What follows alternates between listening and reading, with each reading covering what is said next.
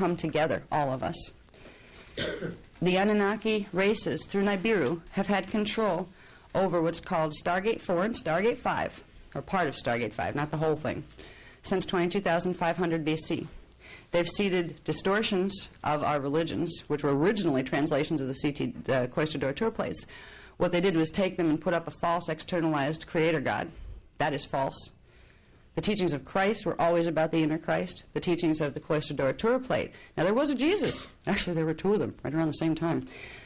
We're not denouncing Christianity, but I was a part of those early movements in my incarnation. I remember how much they meant. And when I see what's being done with the externalized God concept and how people are being used and manipulated with that concept, it makes me angry enough to say, to tell the truth that I know. And I know the truth from the Cloister Door Tour plates and from the incarnational memory I have to back it up. It started with Atlantis. When Atlantis went down, it continued in Sumerian culture, where the god Anu was appointed as the big father patriarch guy. And there's a whole story in Sumerian culture about Enki and Enlil and their fight and their father god Anu. This was a whole Anunnaki story. It was when they began again to try to infiltrate this planet by hybridization with the human lineages, trying to literally force enough of themselves in here where they could contaminate the human gene code and mutate it out of its 12-strand capacity. They have 11-strand capacity. If you have 11-strand capacity and you're trying to control a group that you know has 12-strand capacity, you know you're in trouble if they wake up, because you're not going to control them anymore. The Anunnaki want the Templar. They always have. They want Earth's Templar and they want the interplanetary Templar. And because they didn't understand the need to have Christos consciousness, to have the commission to run that Templar, they fought for it and tried to take it instead, and they're still doing it. Right now, we have a situation of a stellar activation cycle, which is actually a wonderful joy. For 200,000 years, our race incarnationally has waited and waited for this point. It commenced on January 1st, 2000. They didn't know if it would, because there's a lot of physics involved with whether or not those gates will actually open. But once something called grounding the stellar bridge happens, which did happen on January 1st, 2000, you can't turn it back. That starts the frequency downloads from the higher dimensional fields. That starts the opening of the seals, the 7 seals in the planetary grids, which are frequency seals on the 7 primary vortices on the planet. It starts a whole chain reaction that brings our sleeping Templar complex and all its sacred sites and all its Stargate sites and portals to life. Now that that's happening, normally we'd have a great celebration. This is great. This is where we get our teachings back, because when there was a promise in the Emerald Covenant, the restatement 248,000 years ago, that when the stellar activation cycle next happened, the angelic legions would bring back the Cloister Door Tour plates, give the information back in pure form, and turn the keys to the Templar, Earth's Templar, over to the human lineage, to the ones who showed they cared and who showed enough spiritual maturity where they wouldn't abuse the power. It was time to activate the Emerald Covenant. January 1st brought that to us, and that is such a celebration for our race. When we can begin to understand or remember where we came from before, we all have, right in our DNA, memory of our other lifetimes. We're going to talk about those a little bit today. I'm talking about reincarnation, but not in the usual sense. We're talking time mechanics with reincarnation. But what I want to get across first is that when yesterday we talked about the fact that there has been an edict of war issued by the Anunnaki and the Draconian legions, who have just decided to combine to try to wipe out the Guardian legions. They told the Guardians to leave and let us take over, or it's war. And the Guardians said, you think we're going to leave? We're just going to leave them stranded there.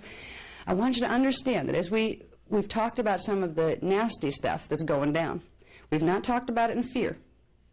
We've talked about it with perhaps the recognition that if there's going to be a time when we reclaim our responsibility and rights as being keepers of the Templar, now's a real good time to start, because we might not have a chance to do it if we don't now. I want you to understand, we're not moving into a scary thing, but we're moving into a strategic game. So I'll take it was our creation contract. So the human form will always carry that feel, that driving force. If our belief systems don't block us from opening our minds to bigger belief systems. See, the paradigm we teach doesn't exclude any belief systems. It just shows where they fit in a bigger template. There's no force, there's no dogma. You don't have to do this and not have to do that. There's no excommunication, none of that kind of nonsense. Okay? People have a right to have their own relationship to Source. If we can reclaim a bit in ourselves of our angelic human heritage now, we will not only advance our own spiritual development hugely, we will be able to help what's happening on this planet. What needs to be done on the planet is simple. We have Stargates 4 and Stargates 5. Stargate 4 is the solar Stargate. It's been under Nibelungian control since 22,500 BC. They were supposed to, as per the Treaty of Altair, turn that control back over to the Azerite security teams that were commissioned by the Brennau Legions, so everybody could get the Interplanetary Templar and Earth's Templar working properly. They've refused to return it. They would rather see pole shift happen and clear the real estate so they can come in and try to take it over. That's not very nice, to say the least. Stargate 5, they have partial control over, because they were part of what was called the Palladian-Nibelungian Alcyon Council. They have part of the security codes on Stargate 5. Beings that decide they have been entrusted once upon a time to have a security contract on a Stargate. That's a very big commission. That means you were trusted and really, really believed in that you would serve the good of the whole and not selfish agendas. When beings like that decide, we're going to play games with this trust. You gave us this power, well, now we're going to use it against you until you give us what we want. What the Anu Legions wanted was to have their Anu Melchizedek race from inner Earth to be put in charge of Earth's Templar and humans in subservience to them. That would be a breach and violation of the Emerald Covenant, the original Emerald Covenant, that said humans were commissioned to be the beings that would run the Interplanetary Templar. And that Emerald Covenant was extended to include Anunnaki. When they showed in different periods that they were willing to work with us, it became coevolution. All right, we'll both share it together, but under the direction of the Brennau. That means if there was any conflicts there, both sides had to listen to the Brennau so they didn't fight and get into all messes like this. The Anunnaki Legions had agreed to those agreements, and they've broken them again. Every time it came down to, oh, a stellar activation cycle is really going to happen, that's kind of when it all exploded. That's when they decided, oh, this is our chance, because I know if we can just push it, we can get in it, we can get control of this, we really can. They still haven't learned. It's not about control. It's about cooperative sharing.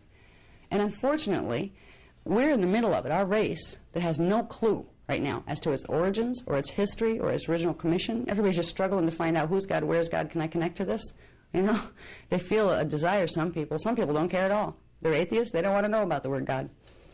I can almost sympathize with them sometimes because they're so sick of a father God creator figure that dominates women, that tells you you're sinful, that tells you you're pathetic, that tells you you're powerless and you have to grovel before some priest caste in order to get your entrance into heaven. I can see why people become atheists. If there's only two choices, worship Father God or pretend I don't believe in any of it, I'll just like pretend I don't believe in any of it. It's like a security mechanism. You know, it's just, you know, fine, I'll shut down as a coping skill. You know? We're presented with an opportunity to really reclaim our own godliness, our own I am presence. I am part of that whole. I am a face of that whole.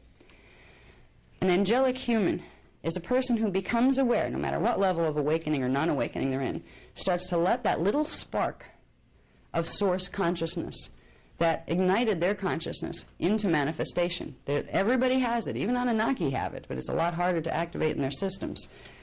But in the human system, that spark is intact. If we can begin to bring in the frequencies of consciousness that will allow that spark to ignite into a flame, we change, we open, we expand, and we remember that we are angels down here. You don't need wings to be angels. In fact, real angels don't need wings at all because you don't need wings to ascend. Ascend isn't about flying up into the sky. Ascend is about going through stargates or ascension passages, up through the densities, progressively de-densifying your matter body and turning yourself back into pure Christos liquid light. And at that point, you have the desire and the ability to manifest in any form, in any density that you choose whenever you want. But you don't have to stay there, so you don't have to pay rent.